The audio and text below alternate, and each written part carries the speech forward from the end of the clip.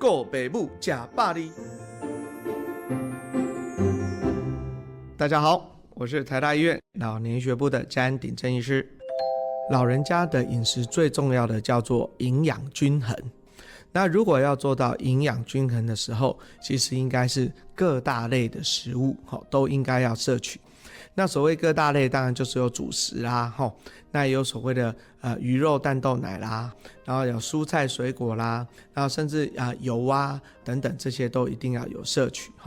那至于要不要清淡，应该是这样说，我们之前可能有谈过说，老年人他的口味可能需要重一点，因为某种程度他的味觉跟嗅觉会有点退化，所以如果说你真的煮得太清淡无味，其实老人家有时候会觉得这个东西就不好吃。那如果不好吃的时候，那你可能反而就吃得很少，那吃得很少就不是我们想要的这样。可是反过来呢，我们也说过了，老人家有些人有一些疾病，譬如说有这个糖尿病啊、心血管疾病啊等等，所以可能不能吃太咸，可能不能吃太甜等等。那在这种情况下，那我们就需要因为你的疾病而做一些调整。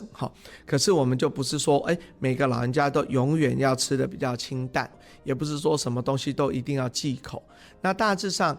我们相信叫做总量管理。我们会觉得说一个老人家可能如果没有特别的限制，每一餐可能就吃8-9分饱，也不要吃到非常的胀。然后呢你喜欢吃的每一种东西都可以吃一点点，没有人说你什么东西是不可以吃的。那甚至我也常常说如果呢有人这个是有糖尿病，可是他偶尔想要享受一个蛋糕也不是不行啊。但是我吃了这一块蛋糕的时候，那一天的午餐搞不好饭就不能吃。为什么呢？因为饭也是淀粉，蛋糕也是淀粉，所以你就是用蛋糕的热量取代饭的热量。你要记得这样这个原则，这个叫总量管理。那所以你可能还是可以吃各式各样的东西，那但是呢就不会说还是超过你应有的热量。那除了刚才讲的三高的问题的话，那如果有一些人譬如说肌肉特别少的，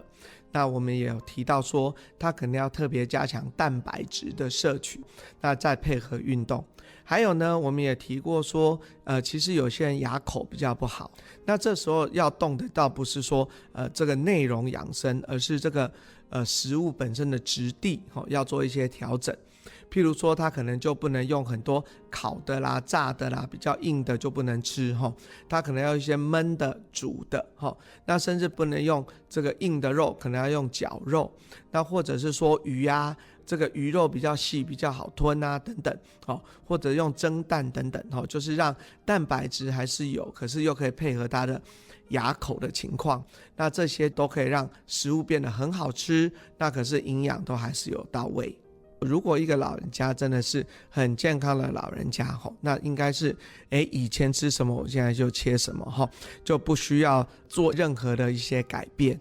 什么时候你可能要做一些食物质地的改变，其实是跟你的牙齿有关系。不过我们还是强调绝对不是先改食物，而是先去把牙齿补起来。现在我们有不管是假牙也好，植牙也好，有各式各样的方法可以让我们的牙口我们的功能跟年轻人越来越相近。那当然最重要的是说，如果您牙齿还很好，我们希望在80岁的时候还有20颗自己的牙齿，那这样你的大部分咀嚼的功能就会不错。但是反过来说，如果真的您的牙口已经不太好了，可能是全口假牙，那当然食物的质地就需要有一点改变。那改变的时候，当然我们也提过说虽然改变还是要注重色香味俱全嘛，所以譬如说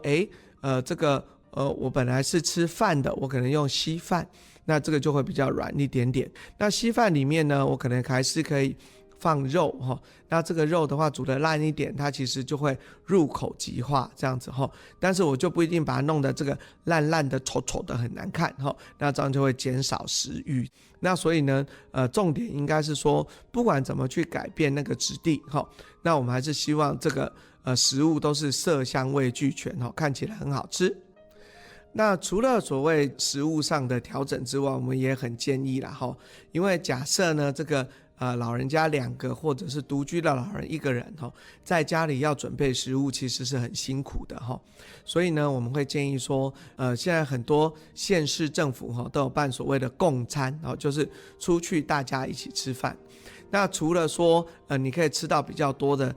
各式各样的食物之外很多时候你又可以认识新的朋友那也是一个很好的社交场合，就可以让大家走出去外面，这个行动力也会变好应该是一个很好的选择，可以请老人家能够试试看。